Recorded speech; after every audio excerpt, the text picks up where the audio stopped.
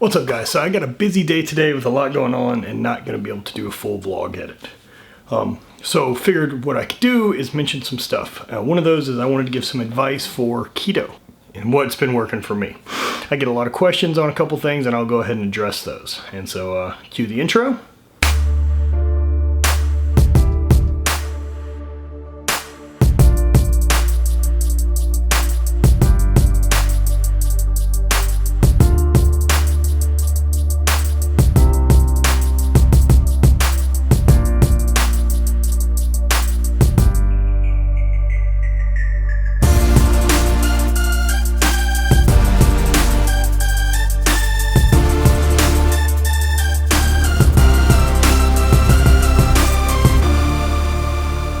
So the first couple things involving keto, one is I get questions about the energy drinks.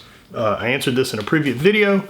Diet soda and an energy drink, these I can also use as an appetite suppressant. So instead of me slamming more calories, since weight loss is the overall goal right now, calories in versus calories out still matters. Like that's the big one. If I'm not doing that right, whether I'm eating all the carbs or all the fats, it doesn't fucking make any difference. That's my opinion. I don't know what science says on it, but this is what I've done and it seems to be working for me. The other one is things are gonna probably pop up in your life that get in the way of you staying keto all the time on your diet. Unless you're that type of person that meal preps and brings all your food with you everywhere. But I'm guessing if you are, you're not looking for my advice since I'm a moderately chubby dude who's sort of figured out some nutrition stuff. It's pretty easy to stay keto while you're out or on the road or traveling, and one of the ways that I do that is because I can eat fats. I can eat at a Mexican restaurant, I can skip the chips and I can eat, fajitas and get rid of the rice and tortillas and add cheese, and I'm pretty solid.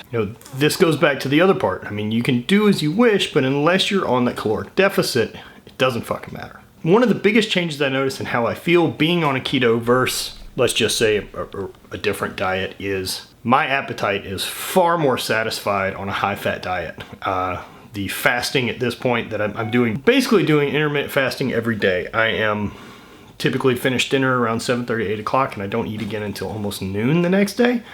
And then it's usually 2 or 3 meals and then call it a day. This has not seemed to affect my workout energy, but I think this is because this is the type of fuel burner that I am best. And this is something worth experimenting with yourself and figuring out what type of fuel you burn best. If you're someone who's small and has struggled gaining weight, carbs are probably gonna help.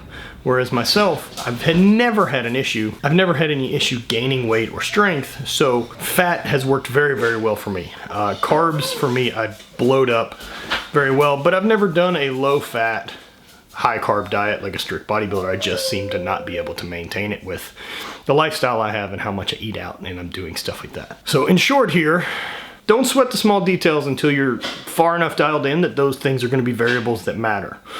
Number 2, keto's pretty easy as far as traveling and working and being able to eat out and maintain on the road without packing all your food with you. And then number 3 is you're still going to have to be in a caloric deficit to lose weight.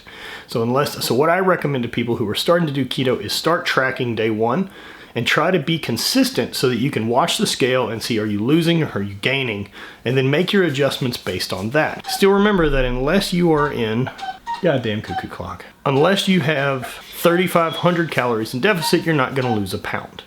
That's how it works. So figure out what works for you, maintain the course. I hope you guys are doing well, get strong, and accomplish those goals that you guys wanna accomplish. Sorry for the short video. Spread hate, always party.